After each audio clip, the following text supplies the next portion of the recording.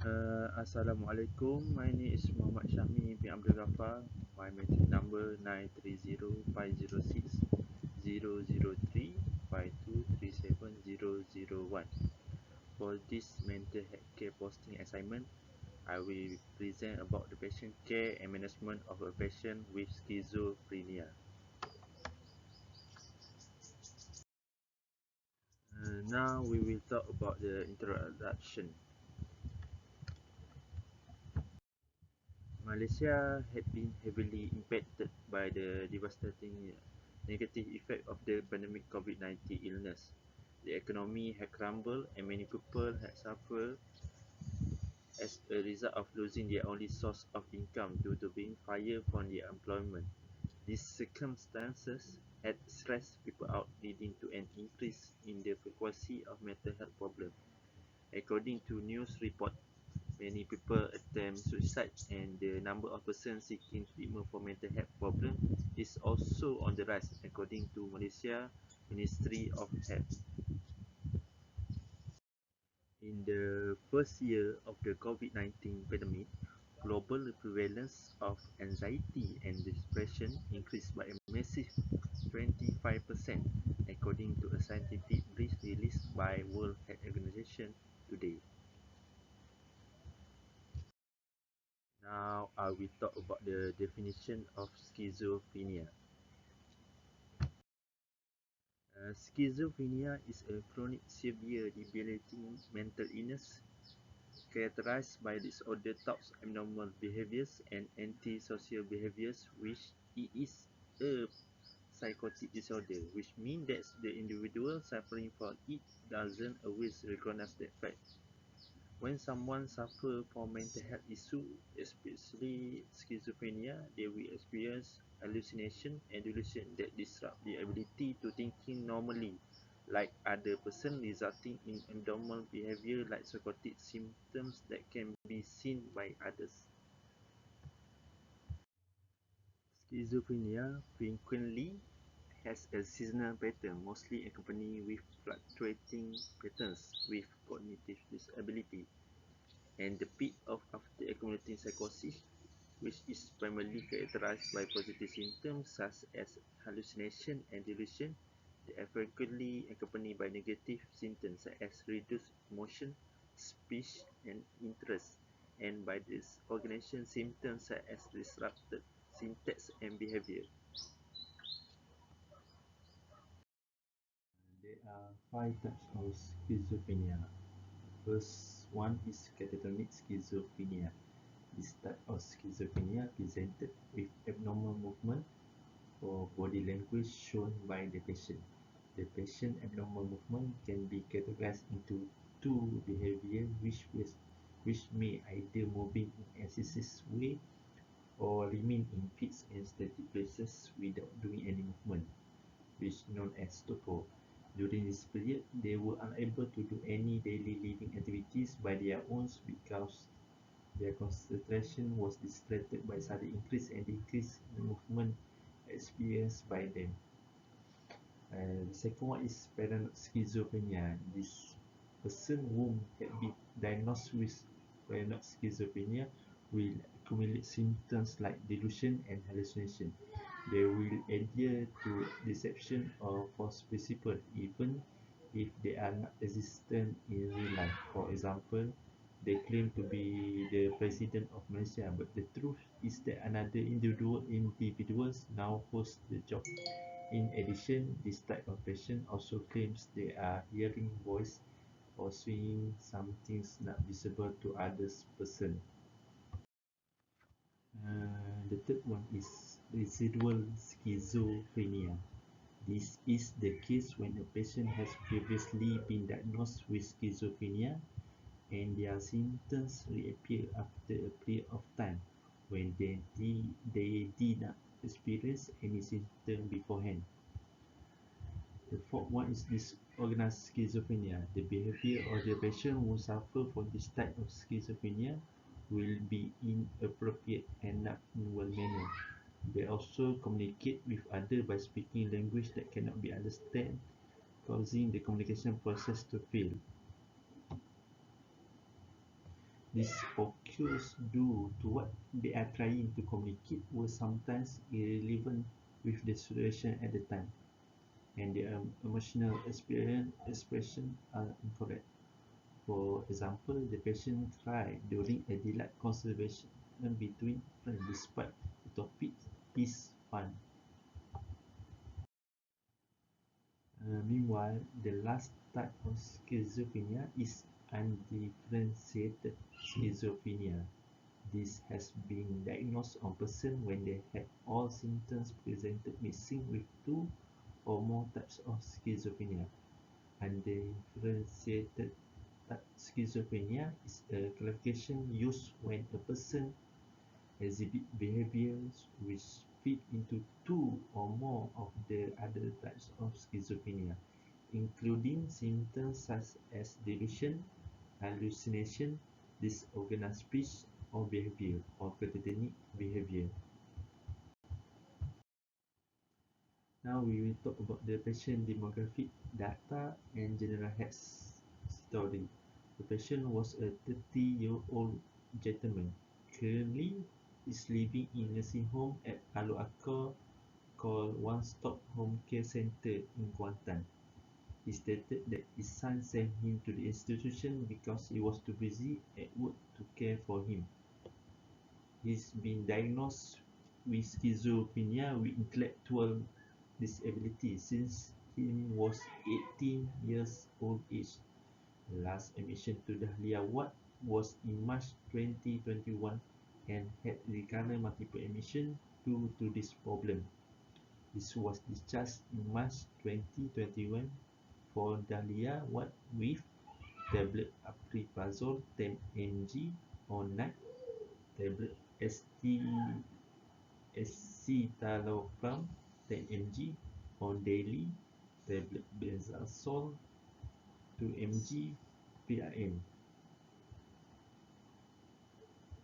Others history include a visit to the emergency department on 20 February 2022 due to EPS symptoms such as toxicity and a second visit to the emergency department on 5 March 2022 due to symptoms such as stop being irrelevant, but he was being discharged with an increasing dosing regimen for his medicine. He had followed up at STA mental clinic but had missed appointment due to mainly to logistical issue. He was an active smoker in the past 14 years old and been able to finish 4 packs of cigarettes per day. He denied taking any drugs or other medication. Substance abuse till present day. The patient was born in Kuantan, but he is unsure of the exact date. He was the eldest of 5 siblings, 2 brothers and 2 sisters. His mother and father died of old age illness about 6 years ago. History taken for him noted his father also has mental illness and was a drug user.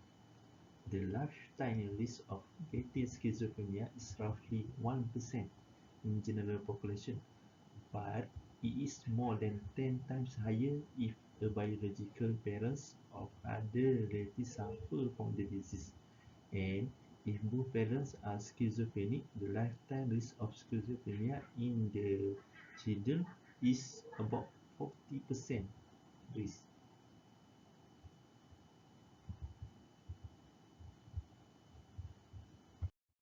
Meanwhile, for his personal and family history, his marital status was married in 2017 but divorced 3 years later.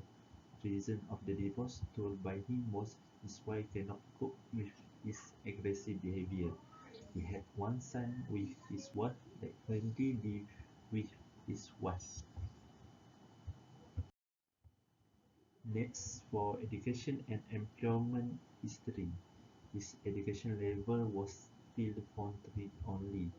After failing multiple times during SRP exam, he decides to quit with additional reason of family not being able to afford his education. Then, He went to work at Contemporary Mall as a cleaner and also quit for his job after being diagnosed with schizophrenia illness. After that, he was unemployed for a few years without any job. He said the employer was afraid he went aggressive due to his illness.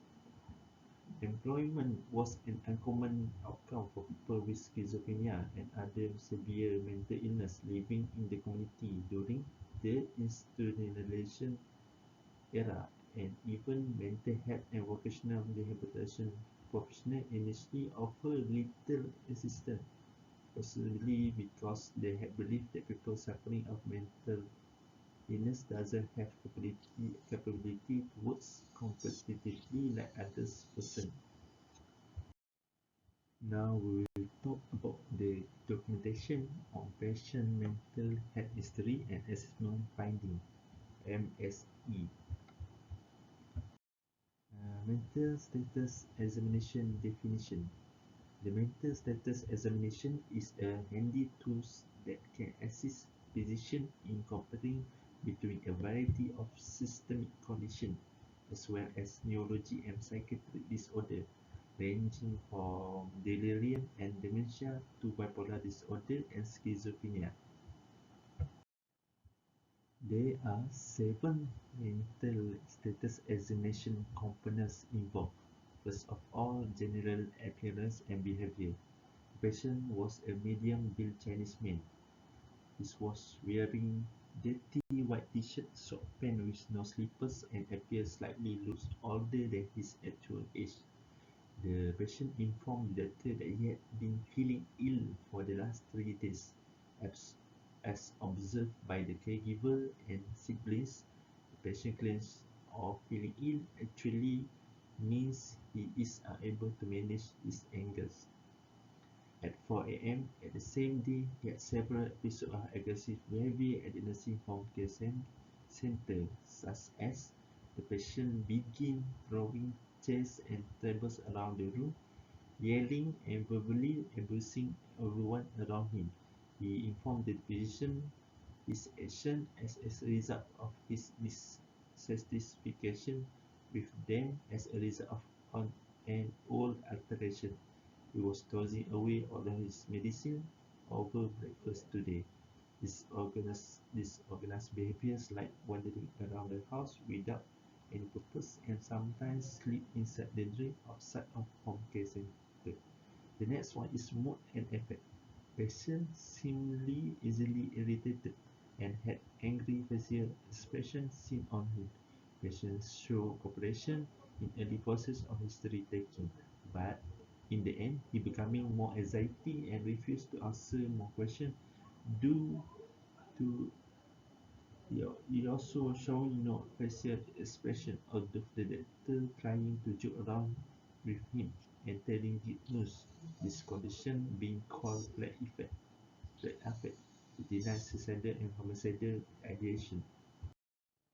Okay, the third one in mental status examination component is speech. Patient were talking to himself. The patient also unsure regarding the content of what is mumbling thoughts. His speech was slow and sometimes cannot be heard by others. The patient had eloquent speech presentation and found it is difficult to communicate with anyone, including his family. Even though the doctor kept asking questions to him, he still refused to talk. Patient eye contact during talking also on somewhere else as he easily be distracted by other patient movement and sound. The next one is thinking. We are able to identify the times and places during interview session. He claims the time was at midnight, but actually the time was in the afternoon. He also stated that clearly he was in home even though now he was in psychiatric ward. Next, the perception components. He reported auditory hallucination like hearing voice in his head. The voice kept telling him to knock his head to the wall. He also claimed seeing ghosts around him, especially during midnight. The presence of this hallucination made him scared to sleep alone during night. Hallucination are the sensation of hearing, seeing, smelling, tasting, or feeling things that are not present and that are vivid and distinct with an impression identical to normal perception, which is the most prevalent type of hallucination in schizophrenia. An associated disease is auditory hallucination. Yes, is negative symptom. During interview process, patient show less of interest to the education being asked to him. Patient had no interest on the treatment plan being explained by doctor, even though the benefit of it being explained to him. The client is unmotivated to pursue goals because they are tired or fatigued to follow through on even simple plans, as they also have no feeling of finding the meaning in their life and have few patience. And the last one is the cognitive function. Patient inside was absent. He denied having any psychotic symptoms and kept saying he was healthy and want to go home to resume his normal daily life activities. Because of the reason, he stopped taking medication and continued his treatment. Patient condition remains stupor or immobile for a long period of time before being given repetitive instruction to respond to question. Now I will explain the management of the patient with schizophrenia. The patient had been brought for emergency department accompanied by his sibling, nurse, and police for aggressive behavior. He was being handcuffed and brought by wheelchair into male psychiatric ward. Patient then been explained on facility and commodity available in the psychiatric ward by the retrieving paramedics and doctors. The paramedic then made fully careful inspection on the document that entitled the patient to be admitted to the ward, which known as Form 3 and Form 4. These are the three documents that will be filled in the emergency department according to Mental Health Act 2001 for the involuntary admission of mental disorder patient after they had taken history both for the relative and patient, such as a referral letter for the patient for any healthcare facility. Form 3 of the Mental Health Regulation 2010. This is a form that the relative fills out stating ground to suspect mental disorder on the part of the patient. And Form 4 of the Mental Health Regulation 2010. This is a form that the medical officer fills out after a specific assessment of the patient and provide a recommendation for admission of the patient as involuntary patient. Then the patient vital sign was taken by the paramedics once the psychiatric doctor was completely pleased with the document and form. His vital sign recorded was blood pressure 138 over 62, pulse 113, SpO2 or oxygen level 99% under rule A, blood glucose level 7.2 and temperature 36.5 degrees Celsius. This vital were obtained to ensure that the patient did not have any other issue than a mental illness. If any alterations are discovered during the physical examination and vital sign collection, the patient will be referred to another suitable health department.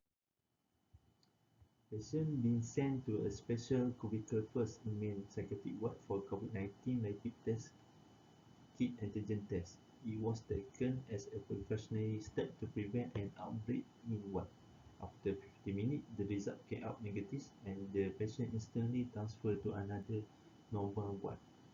This was given hospital attire and all his personal belongings be kept by the staff in the patient lockers and recorded.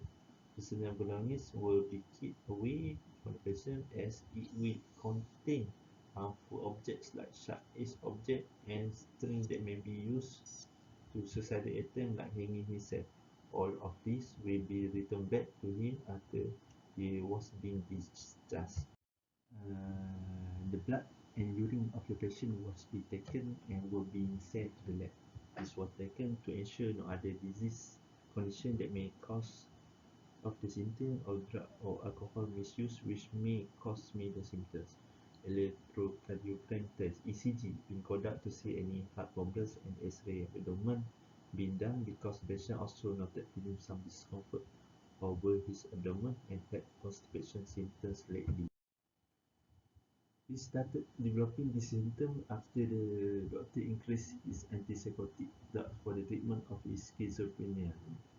Constipation linked with antipsychotic medication is common in schizophrenia patients, and it can be serious when accurate assessment fails, resulting in long-term prescription of pharmaceutical therapy. Critical team noted but no further intervention planned, and patient was given medication like IV tramal 50 mg stat as analgesic, IV muzolone 10 mg stat as antiemetic, and tablet isocolil 10 mg for 5 days. Then suddenly the patient becoming aggressive and starting to throw things around him.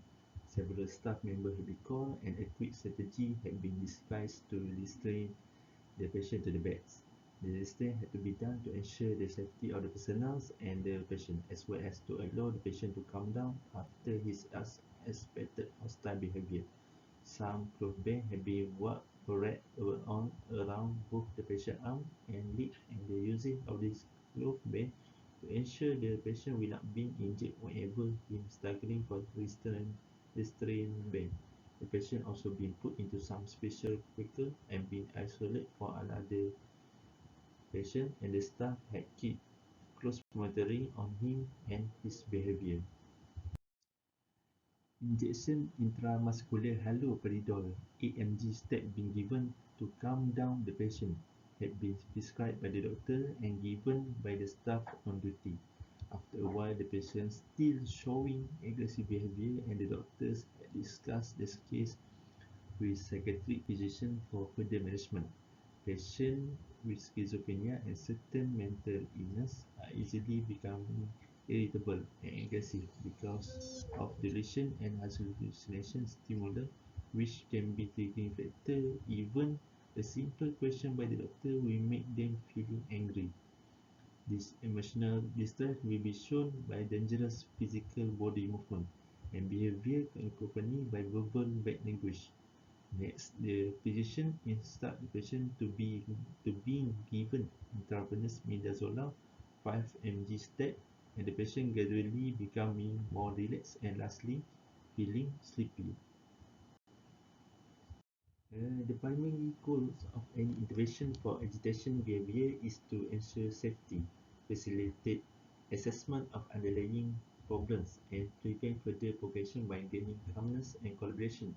And both psychosocial and pharmacological intervention must be considered, as the goal of acute therapeutic intervention is to achieve calmness and cooperativeness in a short time frame of no more than 2 hours.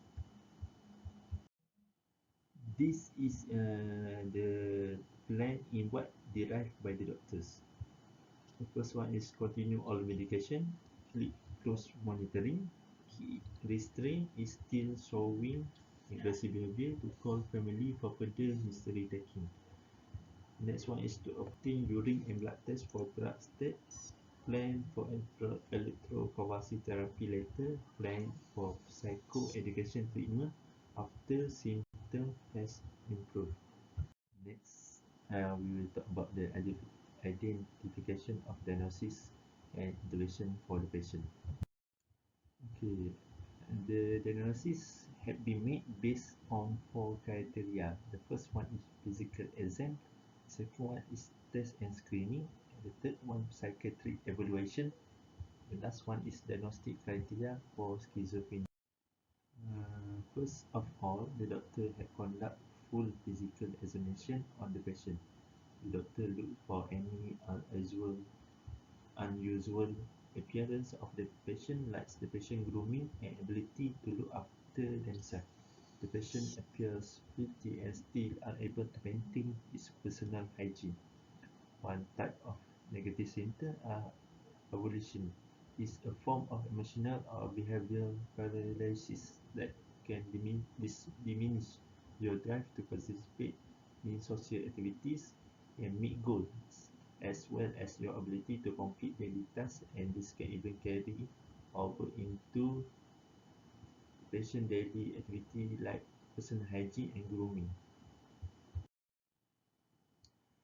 X-ray and CT scans were performed to examine if there was any brain abnormality that could be contributing to the cause, causing the patient to react inappropriately. As it shows details of the portion of the brain, the CT scan provides a better picture of the patient's states. Blood test results were normal, as were drug test results. Lastly, as for psychiatric evaluation and diagnosis criteria for schizophrenia, the doctor had to pay close attention on the patient to look for any behavioral indicators and characteristics of schizophrenia in order to rule out other mental illness. Delusion, disorganized speech or behavior, hallucination, as well as social disengagement and/or malfunction at work or in everyday activity have been observed in the patient. By using the MSE, the doctor will be able to identify the disease symptoms on the patient and be able to differentiate it from other look-alike mental illness. After the patient had calmed down and was able to cooperate, the patient history was obtained as well as a family history showing schizophrenia features. After considering all the factors being told by me before, the doctor had diagnosed him with diagnoses like catatonic schizophrenia, paranoid schizophrenia, residual schizophrenia, disorganized schizophrenia, undifferentiated schizophrenia, and lastly, relapse schizophrenia. Next, we will talk about the intervention for the patient. The usage of antipsychotic medication was very common for this type of mental illness. The patient was being given tablet haloperidol 2.5 mg on night, tablet benzoxazole 2 mg BD, and IM fluazole 20 mg per 2 weeks. Haloperidol was a typical antipsychotic known as first-generation antipsychotic drug. Haloperidol will assist the dopamine level to normal state to increase the ability of thinking, mood, and behavior. Meanwhile, benzoxazole are the drug with antispasmodic action drug. The haloperidol given may induce adverse effects like tremor, muscle stiffness, blockade of D2 receptor that triggers by using haloperidol cause numerous side effects. The most common are extrapyramidal, such as akathisia, dystonia, Parkinsonism, rigidity, and tremor. Benzoxazole may help by blocking a certain natural substance, which is acetylcholine. Acetylcholine (ACH) build up at neuromuscular junction and synapse, generate symptoms of both muscarinic and nicotinic poisoning like cramps, increased salivation, lacrimation, muscular weakness, paralysis, muscular fascination, and diarrhea. When the medication therapy is failed, it will be supported by electroconvulsive therapy. ECT was an application of small amount of electrical stimulation given via two electrode patch attached to the both patient head side. This procedure in Hospital Tengku Abah Azhar was done in general operation theatre, which supervised by a team of well-trained psychiatric team. The patient vital signs like blood pressure, oxygen level, pulse, and other vital signs will be close monitored to be in safe measure. The patient will be given sedation and analgesic prior procedure to help them feel relaxed, and the procedure can went well without complication. This procedure will trigger several episodes of seizure and help by resetting the patient's brainwave. ECT treatments are administered 3 times each week until symptoms decrease. Then, ECT may be required as frequently as once a week or as infrequently as once every several months to help prevent symptoms from returning. Treatment-resistant augmentation of pharmacotherapy, management of catatonia, suicidal behavior, severe agitation, and clozapine-resistant schizophrenia are the most common indications for ECT usage in individuals with schizophrenia. Last but not least, we'll talk about the psychological therapy. Psychotherapy, often known as talk therapy, is a method of assisting persons suffering from a wide range of mental disorder and emotional challenge. Besides, it also can help eliminate or reduce unpleasant symptoms, allowing a person to function better and promote well-being and healing. The first one for physiological therapy is supportive therapy. The psychiatric doctor will listen to the patient concern and problem. The patient will voluntarily inform them to be distressed and upset. The doctor will demonstrate empathy and will be a good listener to their concerns. They will assess and propose alternative solution to this problem. The patient will be informed of the benefits such as feeling more relaxed and relieved once the problem has been resolved. The next one is behavioral therapy. Behavioral therapy is a therapy that helps relieve the negative or positive symptoms associated with schizophrenia and help patient manage it in appropriate way. For example, this patient will be taught on importance of personal hygiene and ways to do it. The patient will be trained and given toiletries by the staff during the session. Next one is family psychoeducation. The doctor will hold several sessions in appropriate location with patient and his family present. They will exchange thoughts and information on the patient's schizophrenia illness, including treatment options, as well as educate the family on how to manage the patient by providing moral supports and assisting them in the treatment process. The family will have a better understanding of the reason for the patient's abnormal reaction and gain confidence in seeking the treatment that will effectively manage the symptoms. As the family supervise the patient adherence to the treatment plan, this will help in reducing hospital appointment absenteeism and drug non-compliance. In conclusion, schizophrenia is a complex and unique mental illness that present today as there are increasing number of it due to several factors like lifestyle changes and more pressure due to economic failing because of pandemic COVID-19. Better understanding and research may be considered in order to improve and give better outcome to the treatment of the schizophrenia patient.